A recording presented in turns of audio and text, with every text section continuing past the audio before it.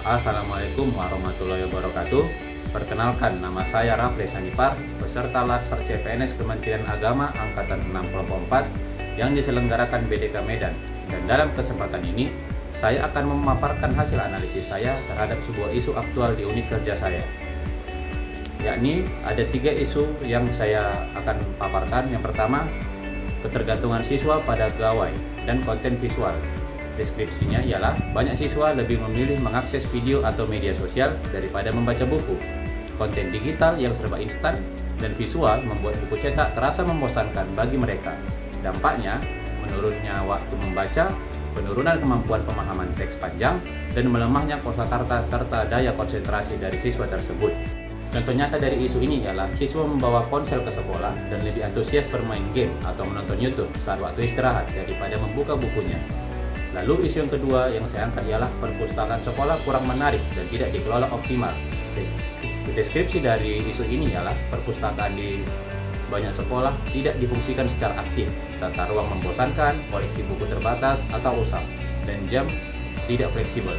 Dampaknya, siswa tidak termotivasi untuk berkunjung ke perpustakaan sehingga minat baca pun tidak berkembang. Guru juga jarang mengarahkan siswa ke perpustakaan. Contoh nyatanya di unit kerja saya ialah selama 1 semester hanya sebagian kecil kelas yang pernah menggunakan perpustakaan sebagai bagian dari pembelajaran. Isu yang ketiga yang saya angkat ialah rendahnya minat baca. Rendahnya minat baca siswa ditandai dengan kurangnya ketertarikan mereka terhadap kegiatan membaca, baik di sekolah maupun di rumah. Siswa cenderung hanya membaca saat disuruh dan lebih memilih hiburan digital seperti game atau media sosial. Hal ini dipicu oleh kurangnya pembiasaan fasilitas baca yang tidak menarik, serta minimnya dukungan dari lingkungan. Dampaknya, kemampuan literasi dan pemahaman bacaan dari siswa tersebut menurun. Prestasi akademik ikut terdampak. Daya pikir kritis dan kosakata terbatas, dan ketergantungan pada konten instan atau di dalam gadget jadi meningkat. Nah, setelah saya menganalisis, isu yang saya angkat dari ketiga isu tersebut ialah rendahnya minat baca peserta didik.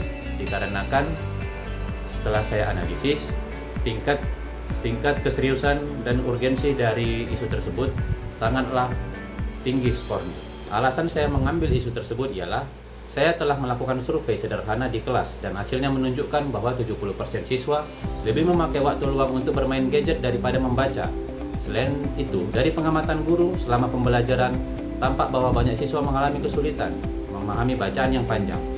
Uraian dampak dari isu tersebut ialah, jika isu ini tidak segera ditangani, maka ada beberapa dampak yang akan muncul. Pertama, kemampuan literasi siswa akan semakin rendah. Kedua, mereka akan kesulitan memahami pelajaran lain yang berbasis teks seperti pendidikan Pancasila, IPS, dan Bahasa Indonesia. Ketiga, hal ini juga bisa menurunkan prestasi akademik secara keseluruhan. Dan yang paling mengkhawatirkan, kebiasaan ini akan membatasi kemampuan berpikir, kritis, dan kreatif siswa di masa depan. Keterkaitan isu ini dengan materi manajemen ASN ialah, isu ini erat kaitannya dengan peran guru sebagai ASN dalam meningkatkan kualitas pembelajaran. Guru sebagai ASN memiliki tanggung jawab dalam menjalankan literasi secara efektif. Selain itu, isu ini mencerminkan pentingnya manajemen program literasi yang terstruktur dan berkelanjutan di sekolah. Solusi yang saya tawarkan ialah, untuk mengatasi masalah ini, saya merekomendasikan beberapa langkah. Yang pertama, membuat program gerakan literasi di sekolah secara berkelanjutan. Kemudian yang kedua, membenahi fasilitas perpustakaan agar lebih nyaman dan menarik bagi siswa, termasuk membuat perpustakaan mini di setiap kelas. Lalu yang ketiga, mengadakan lomba membaca rutin antar kelas agar siswa lebih termotivasi untuk membaca. Dan yang terakhir, keempat, melibatkan orang tua dalam menumbuhkan kebiasaan membaca di rumah. Sekian analisa isu yang ada di unit kerja saya.